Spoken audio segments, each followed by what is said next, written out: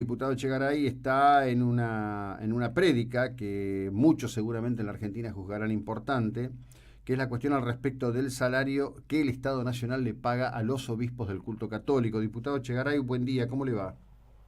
Buen día, un gusto estar en el programa. Bueno, gracias, diputado. Bueno, cuéntenos un poquito la línea de pensamiento que lleva a este planteo y básicamente qué ha pasado, diría no en la portada de los medios, qué ha pasado hacia adentro de la política con esta presentación que usted está haciendo.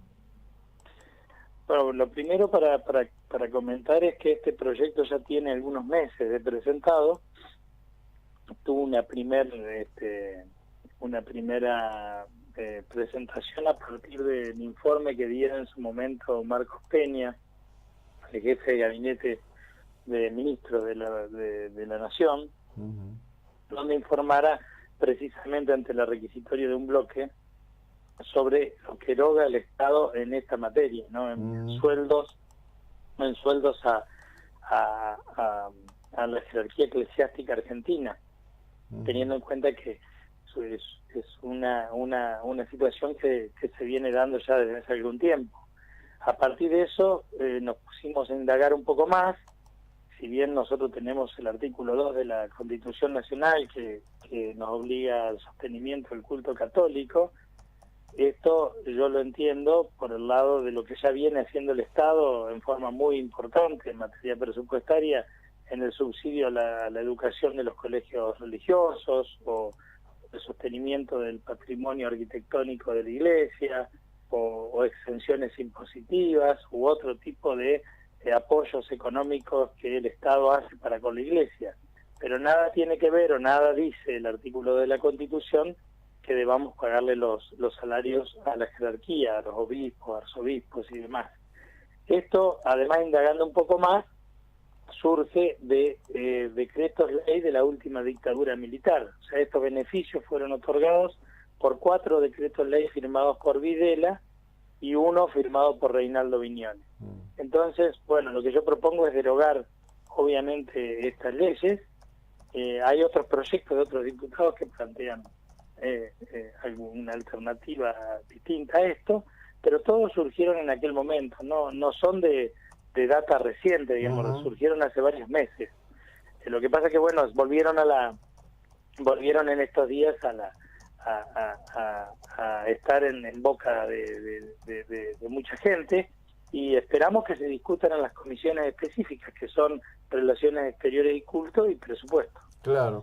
Qué interesante esto, ¿no? Porque en rigor, digamos, apareció hace, como bien usted dice, no tanto en el centro de la cuestión pública el tema del salario de los obispos. El ex obispo emérito de La Plata, Aguer, dijo que él esa plata que la trató de un salario miserable lo repartía entre los pobres. Bueno, en todo Claro, caso, que el dinero vaya donde tiene que ir, que sería las áreas de acción social del exacto. Estado, ¿no?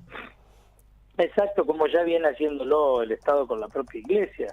O sea, lo bueno sería en todo caso, porque no hubo buenas defensas de parte de la jerarquía eclesiástica cuando se les preguntó al Monseñor Aguirre, en un caso.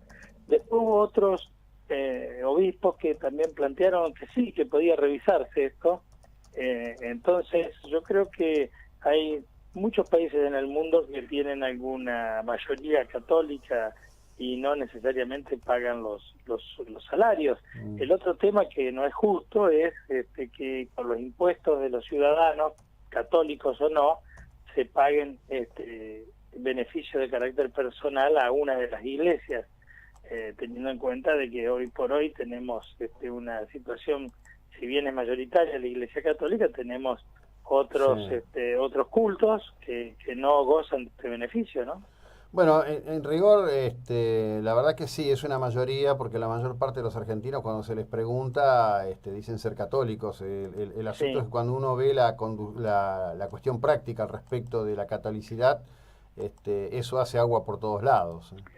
Pero claro que sí, yo de todas maneras no entro, obviamente, yo ahí yo definí el otro día en el discurso que me tocó dar por el tema de aborto, definí mi concepción de lo que es ser laico, que no es no es mi concepción, no inventé nada.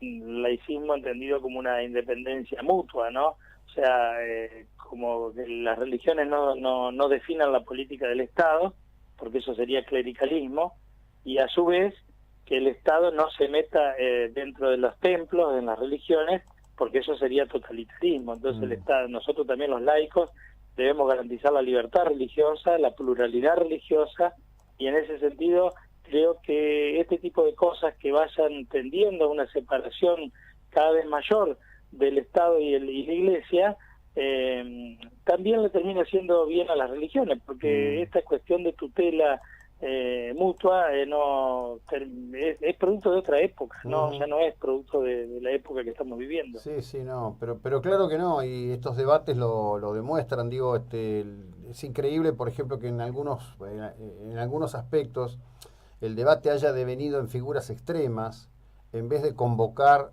yo diría, un núcleo central de humanidad, que es un aprendizaje abierto, serio al respecto de la sexualidad, lo que la sexualidad implica, y en vez de estar pensando en cuántas chicas van a abortar, en cuánto conocimiento y en cuánta conciencia sexual haya, para que no tengamos embarazos indeseados, embarazos indebidos, y que las cuestiones de carácter criminal, como es una violación, porque la violación es un carácter criminal, dejen en el ejercicio de la conciencia de la mujer realmente el camino a seguir, ¿no?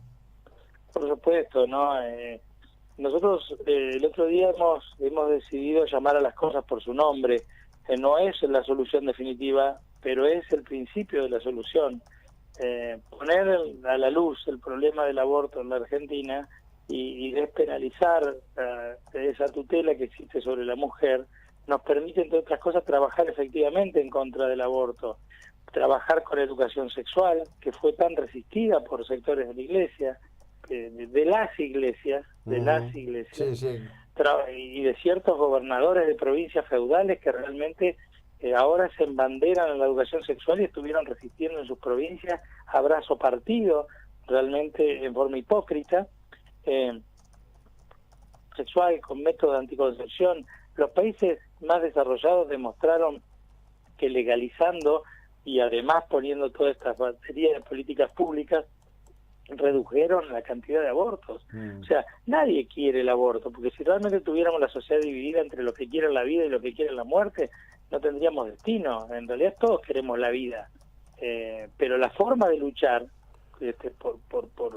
por la vida precisamente es reconociendo los problemas. El otro día los que votaron no, con todo respeto lo digo porque hay colegas excelentes que votaron no, hicieron discursos encendidos, votando no y no ofreciendo ninguna alternativa, ni siquiera salvaron lo que pretendían salvar, que eran las dos vidas, porque seguían con la clandestinidad, y obligando a la mujer a ir a la clandestinidad no salvas ni la vida de la mujer ni la vida del niño por nacer. Entonces hay mucho debate que nos va a faltar madurar todavía. Por suerte salió bien, esperemos que salga mejor todavía del Senado y maduremos, ¿no? Sí, bueno, ahí hay que ver, ¿no? Las palabras últimas de Bergoglio en estos pasados días no son de madurez, precisamente, y además con algún pifie en cuanto al criterio histórico del tema.